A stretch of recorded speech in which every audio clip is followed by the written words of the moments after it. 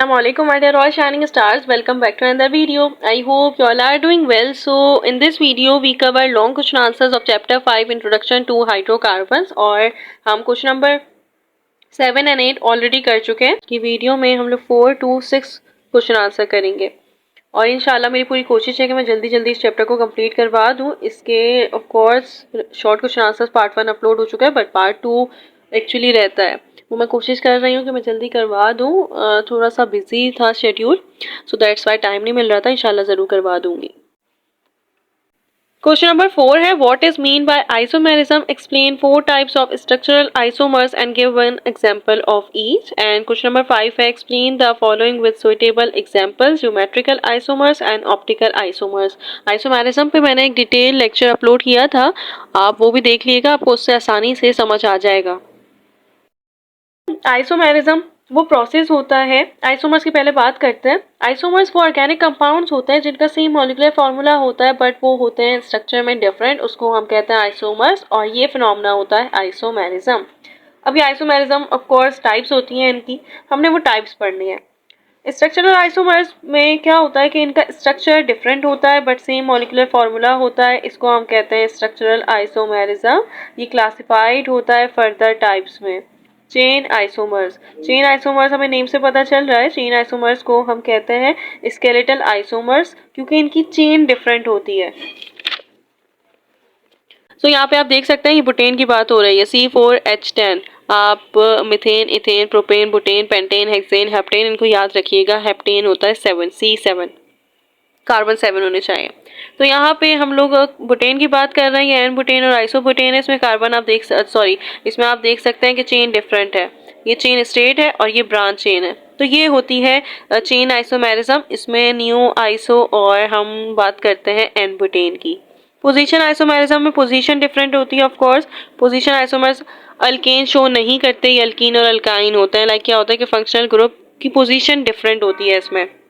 अगर हम यहाँ बुटीन की बात करें तो बुटीन में 2 के साथ डबल बॉन्ड लगा हुआ है, यहाँ पे 1 के साथ डबल बॉन्ड लगा हुआ है, तो ये पोजीशन डिफरेंट है, इसको हम कहते हैं पोजीशन आइसोमेरिज्म।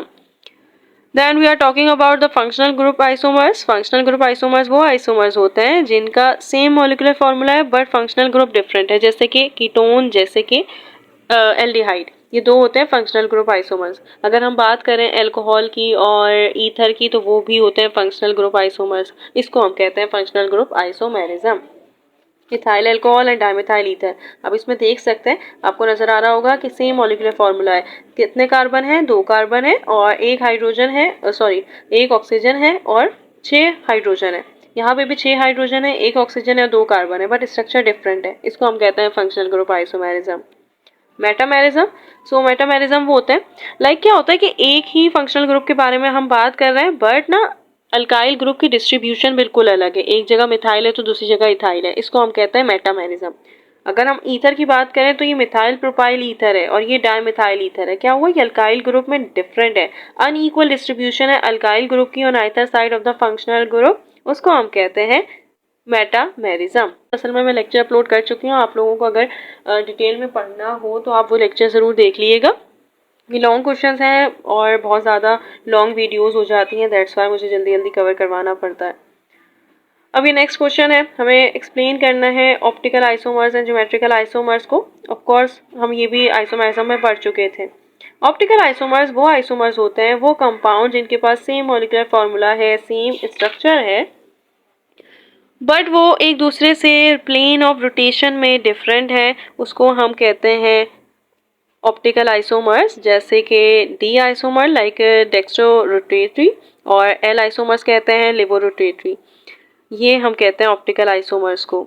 ये मेरे लाइक क्या होता है कि इसमें मिरर इमेजेस फॉर्म हो रही होती हैं, सिंपल इम्पोज नहीं करते लेकिन एक दूसरे को। अगर हम बात करें एल अमाइनो एसिड और डी अमाइनो एसिड को तो आप इसमें देख सकते हैं कि यहाँ पे कार्बोक्सिलिक एसिड है, यहाँ पे भी हमारे पास वही कार्बोक्सिलिक एसिड ग्रुप है, यहाँ पे अमाइनो ग्रुप है NH2 लेकिन यहाँ पे मिरर इमेजेस हैं। यहाँ पे अगर R है और ये अल्काइल ग्रुप हो सकता है। जब भी हमने अमाइनो एसिड का स्ट्रक्चर पढ़ा था तो आपको याद होगा कि हमने कहा था कि अमाइनो एसिड की टाइप्स होती हैं, वो होती हैं R की बेस पे, अल्काइल ग्रुप की बेस पे।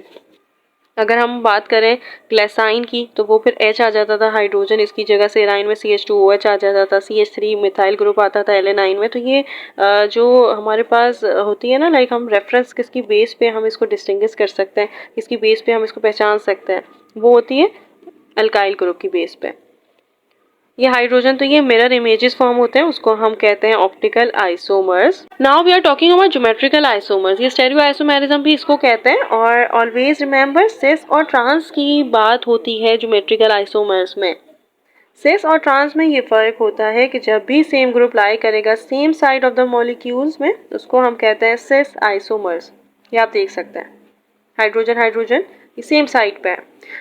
बट अगर अपोजिट साइड हो मॉलिक्यूल्स की सेम ग्रुप की, तो उसको हम कहते हैं ट्रांस आइसोमर्स। यहाँ पे हाइड्रोजन और हाइड्रोजन है, ये एक दूसरे के साथ नहीं है, ये एक दूसरे के अपोजिट हैं, इसको हम कहते हैं ट्रांस आइसोमर्स। तो ये ज्योमेट्रिकल आइसोमर्स होते हैं जो 2 टाइप्स के होते हैं, one is cis and the other is trans. So that's it. I hope आपको ये समझ आ गए होंगे। ये हमने आइसोमेरिज्म का लेक्चर किया था, तब हमने डिटेल में पढ़ा था। नेक्स्ट क्वेश्चन है question number 6, describe the molecular orbital structure of benzene. So ये नेक्स्ट क्वेश्चन है, describe the molecular orbital structure of benzene. इसमें बेंजीन में 6 कार्बन होते हैं और 6 ही हाइड्रोजन भी होते हैं, सही है। अब इसका जो मॉलिक्यूलर फार्मूला होता है वो होता है C6H6 और एम्पेरिकल फार्मूला होता है CH। ये आपको पता होगा, आपने इसका लेक्चर जरूर लेना है, तभी आपको पता चलेगा कि आखिर molecular orbital structure of benzene होता क्या है। इसमें हमें ये बताया गया है कि जो हर कार्बन होता है ना बेंजीन में, ये sp2 हाइब्रिडाइज होता है। याद करें जब हमने फिनोल पढ़ा था ना, तो मैंने कहा था आपको कि फिनोल में जो हाइड्रोक्सिल ग्रुप अटैच होता है वो sp2 हाइब्रिडाइज कार्बन से अटैच होता है, क्योंकि उसके पास एरोमेटिक रिंग होती है, उसके पास बेंजीन रिंग होती है। तो ऑफकोर्स बेंजीन के पास हर कार्बन sp2 हाइब्रिडाइज है। यहाँ पे हम बॉन्ड लेंथ के बारे में बात करते हैं, तो अप्रॉक्सीमेटली 1.39 एंगस्ट्रॉम की इसकी बॉन्ड लेंथ है। और हम लोग sp2s हाइब्रिडाइजेशन के बारे में बात करते हैं। लाइक क्या है कि इसके पास ना 12 सिग्मा होते हैं और 3 पाई बॉन्ड होते हैं, और वो जो पाई बॉन्ड होते हैं ना वो रोटेट कर रहे होते हैं। आपको पता होगा कि हम ये कहते हैं कि बिटवीन होता है सैचुरेटेड और अनसैचुरेटेड के। इसके पास पाई बॉन्ड है तो ये इज लाइक अल्कीन और अल्काइन हुआ, और ये अनसैचुरेटेड हुआ। लेकिन ये ना बिल्कुल ज़्यादा रिएक्ट करता है एज अ सैचुरेटेड कंपाउंड, क्योंकि इसके जो पाई बॉन्ड है ना वो डीकोलराइज्ड होते हैं, वो रोटेट कर रहे होते हैं। उनकी जो जगह है वो की कोल्स आपने पढ़ा होगा स्ट्रक्चर, तो वो रोटेट कर रहा होता है। तो वो हमने बताना है molecular orbital structure of benzene में। तो ये आपने इतना ही लिखना है, ठीक है। यहाँ पे ये जो जगह है ना, इसमें मैं आपको दिखा देती हूँ कि आपने क्या बनाना है। इसमें आपने डायग्राम बनानी है, ये आपने डायग्राम बना के फिर करना है। तो इसकी वजह से क्या होगा, ये आपकी प्रेजेंटेशन बहुत अच्छी हो जाएगी। और आपने ये बताना है molecular orbital structure of benzene showing sigma and pi bonds. और ये बनती है, ये ऐसा नहीं है कि मैं आपको बनवा रही हूँ, ये बनती है और इसको डिस्क्राइब अपने करना होता है। सो दैट्स इट। इंशाल्लाह नेक्स्ट वीडियो में हम लोग आगे के क्वेश्चंस करेंगे। यही क्वेश्चन मैंने आपको कराने थे, और भी आगे के बहुत सारे क्वेश्चंस हैं, बट इंशाल्लाह नेक्स्ट वीडियो में जब तक करेंगे। ये वैसे ही लॉन्ग हो गई है। जब तक के लिए अल्लाह हाफिज़, all the best to all of you.